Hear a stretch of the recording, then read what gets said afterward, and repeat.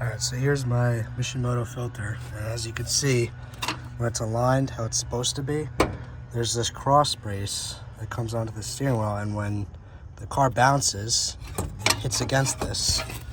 And what happened was, I got stuck on the side of the road because when I got hit, the filter broke.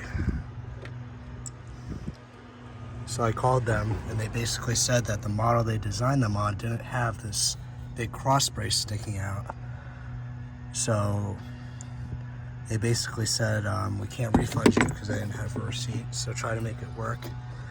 So I'm going to try to angle the filter a little bit and cut new holes into here and see if I could avoid hitting that cross brace.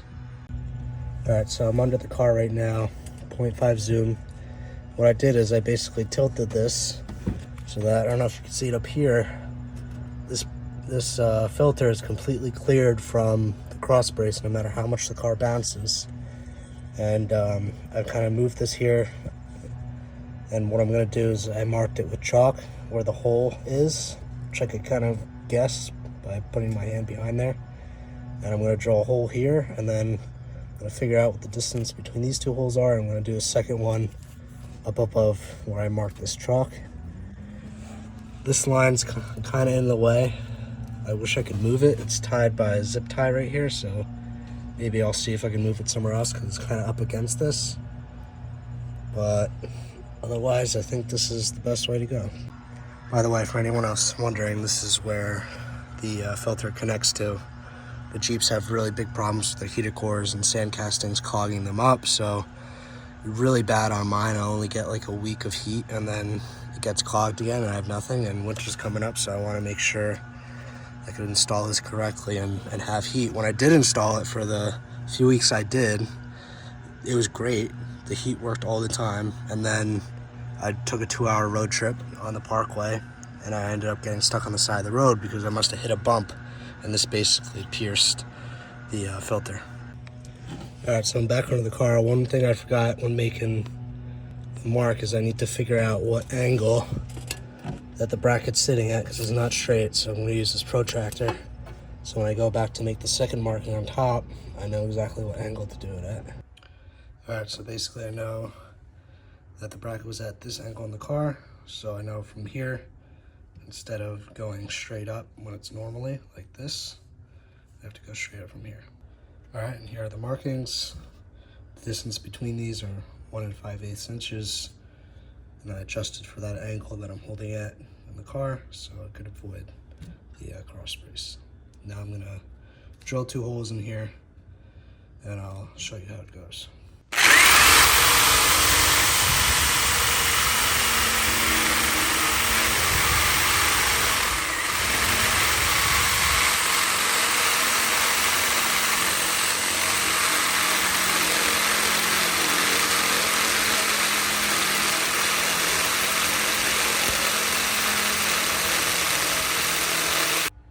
Alright, so made the 2 cuts, used a 1/2 inch drill bit, a little bit bigger than what I needed, but I didn't have anyone that was perfect size, so I figured it's okay.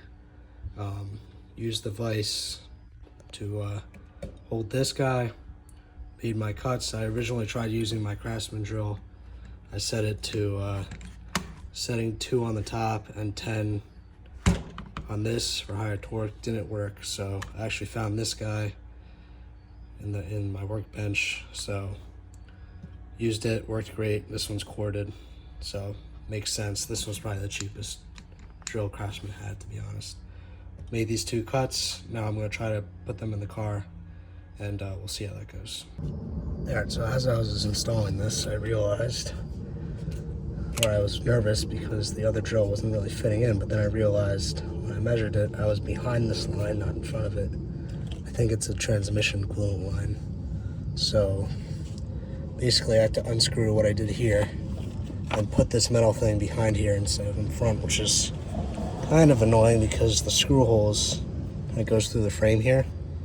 And you gotta be careful because if you drop them, I need to fish them out. So I'm using just deep 15mm sockets to put it in on this side, and then on this side I'll just use a regular 15mm socket so I can tighten it together after I move this to the right side of this line. I really think I was going to go that smoothly. There we go. Alright, so I finally got these in behind on the right side of this line. Make sure to get that magnetic thing that gets screws out of holes, because I dropped the screws a lot inside the frame here. But here it is. Change the camera angle. It's a lot farther from this point to it, this guy right here, this guy. So hopefully when the truck bounces now, it's not going to hit up against it. I'm going to install the filter now and see if it fits. Hopefully it does. Alright, so there we go. Fits pretty good. It's a lot farther from it's hard to get an angle down here. It's a lot farther from this bracket now. It's angling a different way. This is where it was before. This is not the filter I'm going to use when I connect it to the system, because this is broken. But Mishimoto promised they send me new filter for free. Here's the better angle. Yeah, this really shows it. Before it was like right on top of this guy. Now so much room. And even though it's up against this coolant line and everything, at least if the truck moves, that stuff moves with it. Before the truck was moving, and this would be this was moving, the truck would be bouncing around and it would just pierce this filter, which is really annoying. So happy with it. It's $180, I think, for this whole coolant filter system. I didn't pay for it. I got it as a gift. So, but I probably would pay for it though, now that I realize how easy it is to install.